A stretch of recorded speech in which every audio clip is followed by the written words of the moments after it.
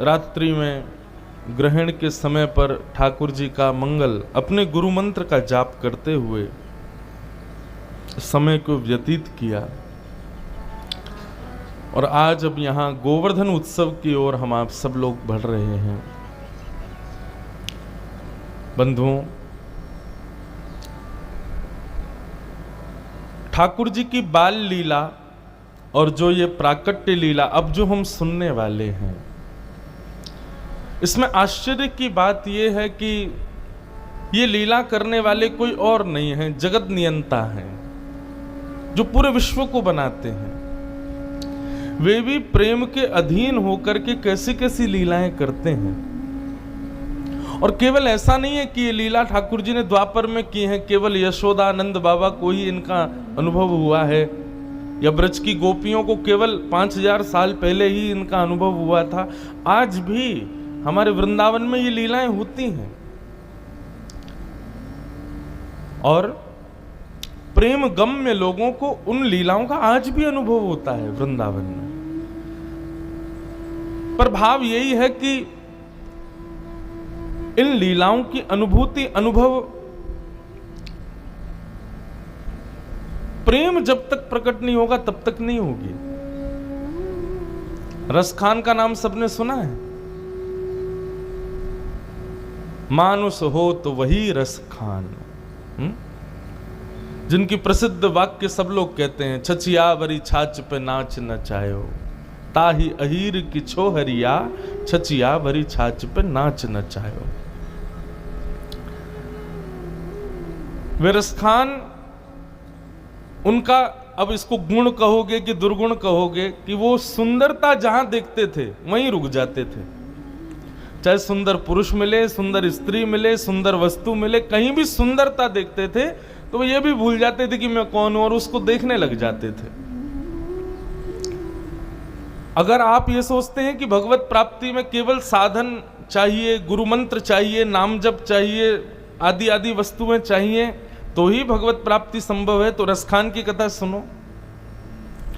तो श्री रसखान जी को रूप का शौक था, रूप सुंदर होना चाहिए, तो वो देखते थे।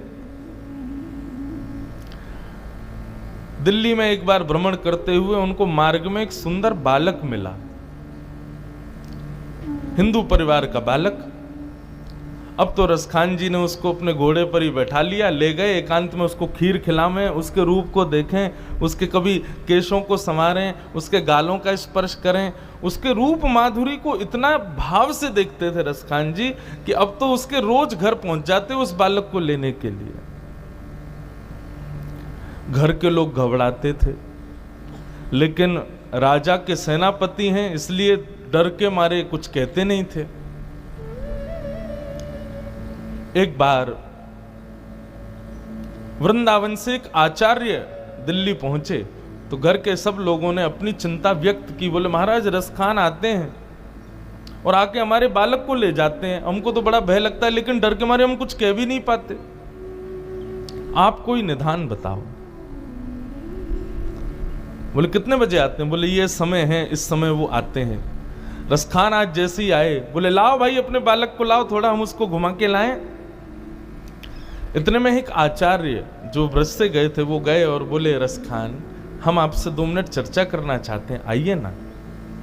रसखान गए, बोले कहिए भगवान क्या बात है, जल्दी बताइए, मुझे फिर वापस काम कार्यों के लिए भी जाना है, अभी इस बालक के साथ भी थोड़ा समय व्यतीत करना है, मुझे इसका रूप बहुत सुंदर लगता है, खुदा ने इसको बड़ी बड़ी मेहनत से बनाया, समय निकाल के बनाया, देखो तो सही इसका रूप कैसा।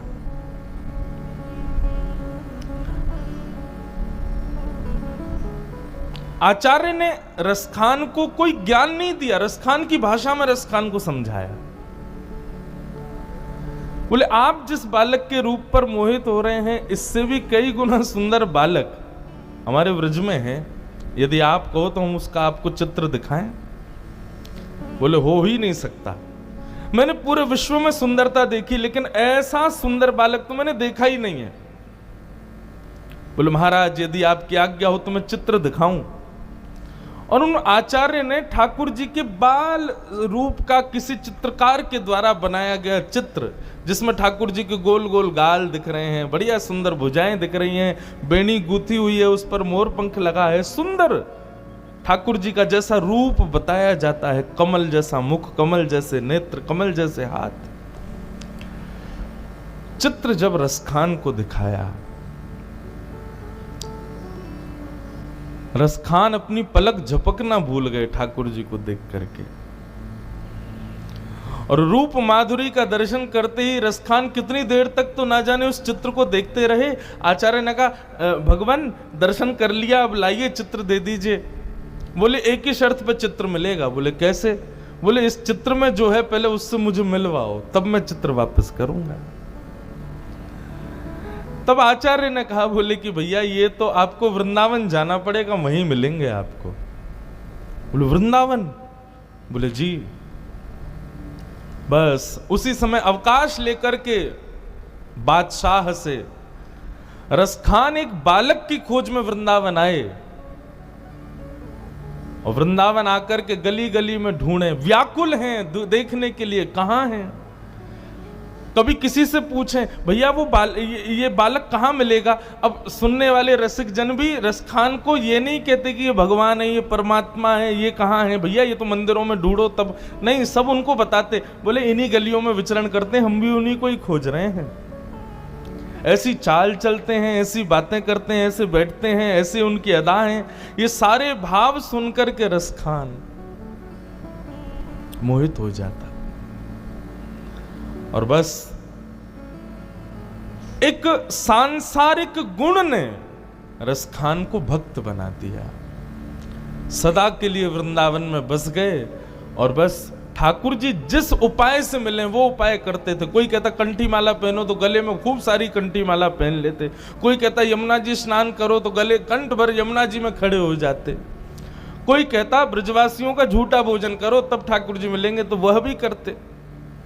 बस आशा एक थी, उत्कंठा एक थी कि श्री कृष्ण मिले, और कुछ नहीं। और वही रसखान ब्रज रसिक बने। उनके भावों को सुनकर के, उनके भावों पर चल कर के ना जाने कितने वैष्णवों ने श्री कृष्ण दर्शन किया।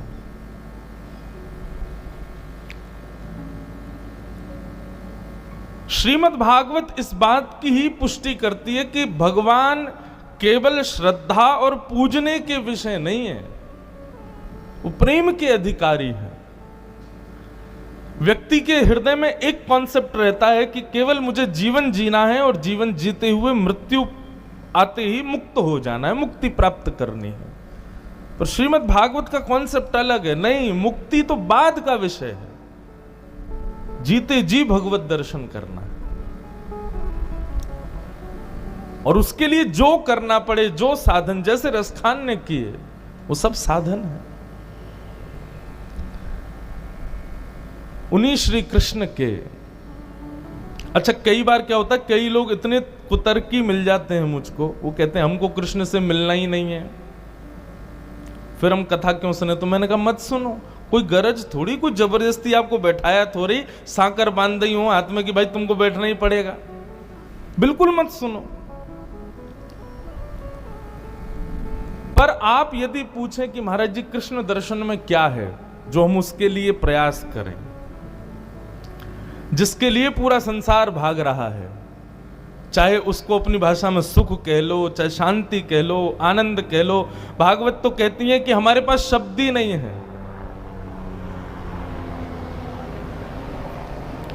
श्रीमद् भागवत जी तो कहती है हमारे पास शब्द ही नहीं है।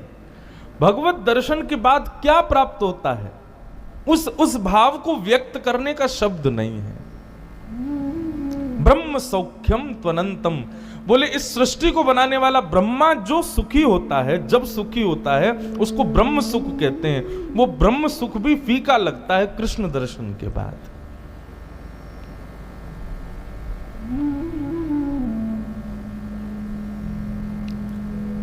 ऐसे श्री ठाकुर जी, उनकी मधुर लीलाओं में हम प्रवेश करें। बंधुओं, मैंने आज श्री जी का भाव इसलिए गाया श्री जी हमारी राधा रानी को बोलते हैं, सम्मान में उनका स्पष्ट राधा नाम नहीं बोलते, हम श्री जी बोलते हैं, श्यामा जू बोलते हैं, क्योंकि वृंदावन में देह प्रवेश नहीं करता। आज हम वहां घर पे बैठे थे चिरपाल जी के, तो वहां एक बात चली कि वृंदावन में प्राण त्यागने वाले को स्वर्ग मिलता है। जरा ध्यान से सुनिएगा, वृंदावन के कॉन्सेप्ट्स बिल्कुल अलग हैं, बुद्धि से परे। सबसे पहली बात तो स्वर्ग क्या है? स्वर्ग is just like a hotel. आप जितना धन काउंटर पर रिसेप्शन पर जमा कराओगे उतनी देर के लिए आपको कमरा मिल जाएगा, सारी सुविधाएं मिलेंगी, पैसा पूर्ण होते ही आपको चेकआउट करना पड़ेगा। तो इस संसार में आप जितना पुण्य करोगे उन पुण्यों के अनुसार आपको स्वर्ग मिलेगा।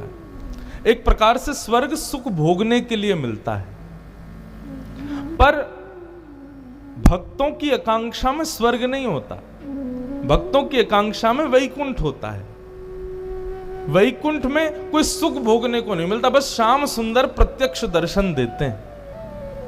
पर भागवतीय वैष्णवों के लिए वैकुंठ की भी कामना नहीं है, वो वैकुंठ भी नहीं मांगते। कल मैंने कथा में इसका विस्तार किया था। वृंदावन में प्राण त्यागने वाला कहीं नहीं जाता, वो वृंदावन में ही रहता है।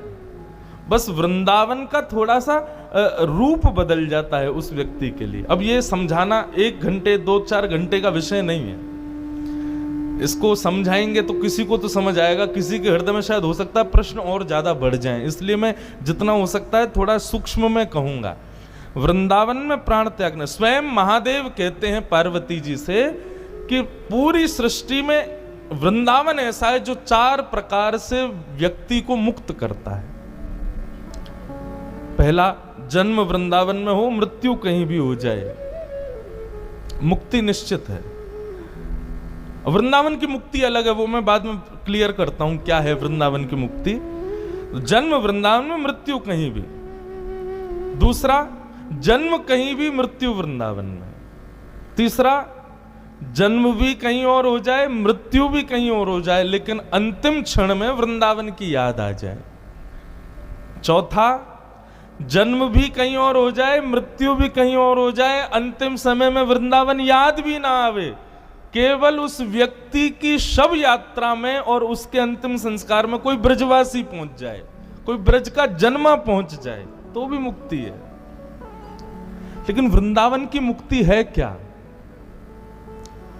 रसिक जनों की बातें हैं, कह तो रहा हूं, डर डर करके समझ लेना बस। भाग्य बड़ो, हमारे वृंदावन में कहते हैं, भाग्य बड़ो वृंदावन पायो। व्यक्ति के जब प्राण वृंदावन में निकलते हैं, या वृंदावन की स्मृति करते हुए निकलते हैं, या वृंदावन का चिंतन करते हुए जो प्राण त्यागता है, उसको वृंदावन ही मिलता है। लेकिन कैसा वृंदावन मिलता है? एक गुप्त वृंदावन है जिसका दर्शन हमको नहीं होता। उस गुप्त वृंदावन में बिहारी जी, राधा रमण जी, राधा वल्लभ जी, ये सब सचल रूप में रहते हैं, चलते फिरते दिखाई देते हैं। उस वृंदावन में स्वामी श्री हरिदास जी, हित हरिवंश महाप्रभु, गोपाल भट्ट गोस्वामी, मीराबाई, कबीर दास, सूरदास, रैदास, जिसने भी वृंदावन को भजा, ये सब उस वृंदावन में है। ये अलग ही कॉन्सेप्ट है। उस वृंदावन की प्राप्ति होती है वृंदावन को भजने वाले को। जिन लीलाओं को आज आप सुनेंगे, ये सब लीला आज भी वहां हो रही है। और ऐसा नहीं कि सबको दिख रही है। मान लीजिए कि मैं ठाकुर जी को सखा मानता हूं, तो ठाकुर जी श्री वृंदावन में, गुप्त वृंदावन में मुझको सखा के भाव से ही दिखेंगे। लेकिन आप ठाकुर जी को अपना पुत्र मानते हो, तो आपको पुत्र भाव में दिखेंगे। मल्लानाम मशनिर्णीनाम नरवर स्त्रीणाम स्मरो मूर्तिमान, गोपानाम स्वजनो सताम क्षितिभुजाम शास्त्रा सुपुत्रो शिशु, मृत्युर्भोज पतिर्विराट विदुषाम तत्वम परम योगिनाम, वृष्णीनाम परदेवतेत विदितो रंगम गतम साग्रज। जाकी रही भावना जैसी, प्रभु मूरत देखी तन तैसी। आप जिस भाव से वृंदावन में जाओगे उस भाव से ठाकुर जी दिखेंगे। ये है श्री वृंदावन। तो वृंदावन में प्राण त्यागने वाले को ना तो स्वर्ग मिलता है, ना वैकुंठ मिलता है, ना मुक्ति मिलती है, उसको श्री वृंदावन ही मिल जाता है। और फिर वो तब तक श्री वृंदावन में रहता है जब तक ठाकुर जी पुनर्अवतार नहीं लेंगे। जैसे ही ठाकुर जी पुनर्अवतार लेते हैं, वही जीव जो श्री वृंदावन में है वही ठाकुर जी का या तो सखा बन के, सखी बन के, या ठाकुर जी की मैया बन के, ठाकुर जी को ग्वाला बन के, बछड़ा बचिया बन के किसी ना किसी रूप में आएगा। यह है वृंदावन का कॉन्सेप्ट। 7 दिन में कहने का विषय है, मैं 7 मिनट में बोल गया हूं। अब जिसको जितना समझ में आया हो समझ लेना। वृंदावन साधारण नहीं है बंधु।